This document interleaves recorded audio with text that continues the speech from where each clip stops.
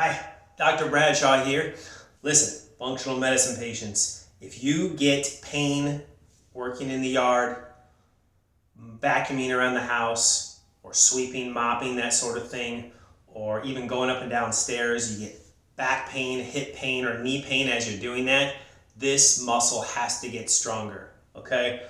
We've worked on certain stretches to get you to this point. Now you've graduated to the next step, which is going to be strengthening the muscles of the hips. And in particular, this one today is the gluteus medius. Gluteus medius comes just off the top of the hips right here, runs along the sides of the top of the buttock, and then drops down into the top of the hip socket right here. So that it comes up, kind of runs in this basic path right here.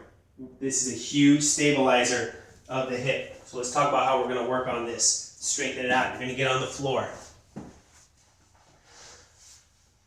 You're going to prop up your head so your hand is underneath your head.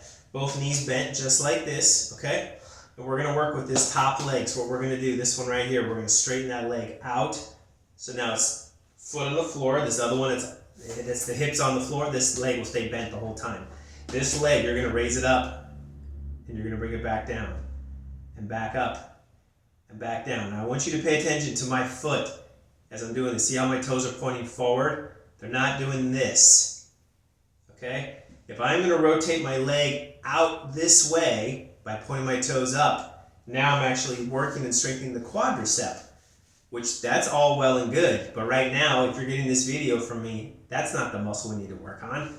There's a very specific muscle you need to work on. It's back behind the hip socket, not in front. That's the glute medius. So you got to keep the toes pointing forward the whole time as you're doing this for a set of 10.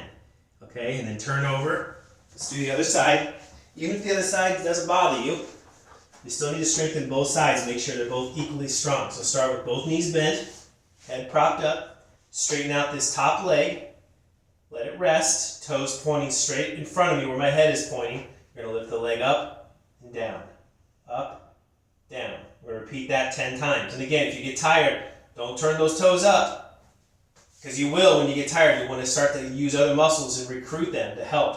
No. And if you only do 8 of these because this muscle is just wiped out, then you can only do 8. And that's fine.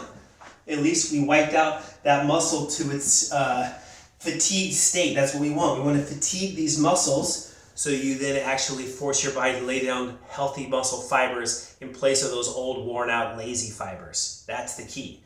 So if you only do 8 of them, that's fine. But the goal is to do repetitions of 10. That's one set. Repeat that 3 times. That's one cycle. We're going to do 3 cycles a day. So morning time, afternoon time, evening time, we're going to do that to really strengthen these. This is an awesome... You won't even do this that much and you'll feel like, whoa, I'm sore back here. Those muscles get really, really lazy when we sit.